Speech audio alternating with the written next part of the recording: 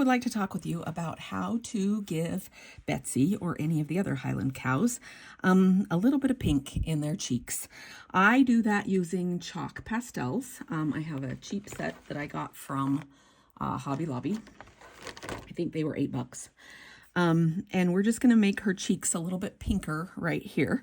Not a lot, just add a little bit of color to it. So I want to try first. Because this is not white, I need to be aware that it might not come out white when I do my, when I put the chalk on it. And so I want to check colors first. I use Q-tips. There we go, handy dandy Q-tips. And I'm going to try a couple of the different colors here. Typically, because we're working on a yellow here, then it's almost like we want to do a more pinky chalk color, because if we do, then together they'll make more of a peachy color, and the peachy color is what we're going for. Okay, so typically I keep a paper towel next to where I'm working so that I can dab my, I can tell that I think that's going to be the pink I want.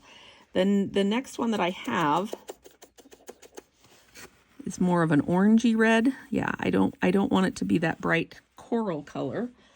And let's try one more that I have here in the same area. Yeah, I can tell that that first one is the color that I'm going to want to go for, but you can pick whatever color you want. Okay, now that I know what color I want, first things first, let's snip off a bit of this. Because I'm not cleaning the excess chalk off of this base, I'm going to go ahead and clip that and throw it in the trash right away. So I know. And then I'm going to put my chalk right up here, because before I touch it down each time, I want to, it's a lot easier to do light layers. So I'm going to go ahead and tap it down so that I get most of the chalk off, and then start in the center each time and roll out. Now, if you're looking at that and going, whoa, that's pretty bright. Remember two things. Number one, it's brighter than I wish it was as well.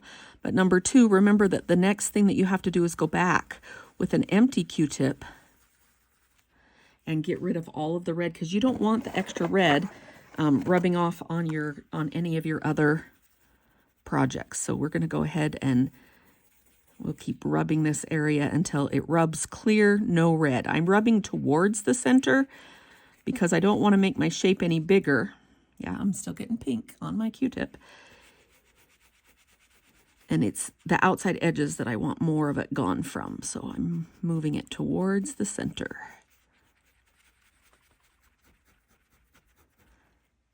Okay, I'm still getting pink.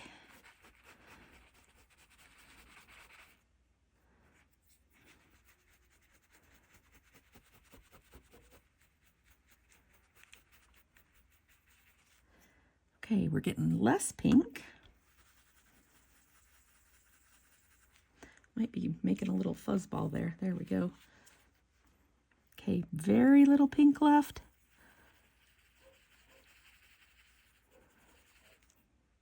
Very little pink left. Okay, I'm going to go ahead and use this one and do the other.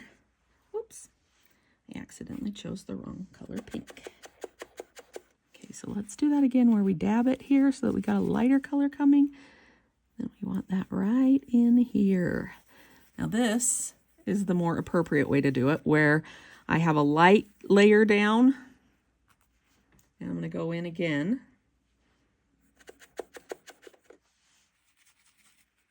A little bit more, give it just a little bit more color. Shooting to have the two of them match. My Q-tips are getting kind of fuzzy on the edges, and that helps, or that makes it harder for me to be precise with where I put it.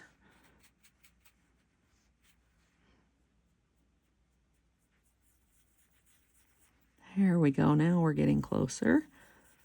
Okay, now we want to work on the removal part. We may need to add a little bit more so that it comes back to the same color. Depends on how much of it's going to be agree to remove. There we go. That gives us about the same. Now let's work on the removal. Okay, clean Q-tips. You're just trying to take off whatever pink is there. Rub towards the center, because the outside edge is where we want more of it to come off. It's still pink.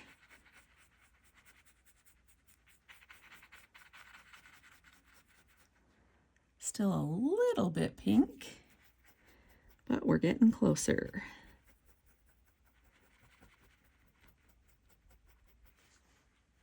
Let's see if I got another fuzzy on there. No, I'm still got a little bit of pink there.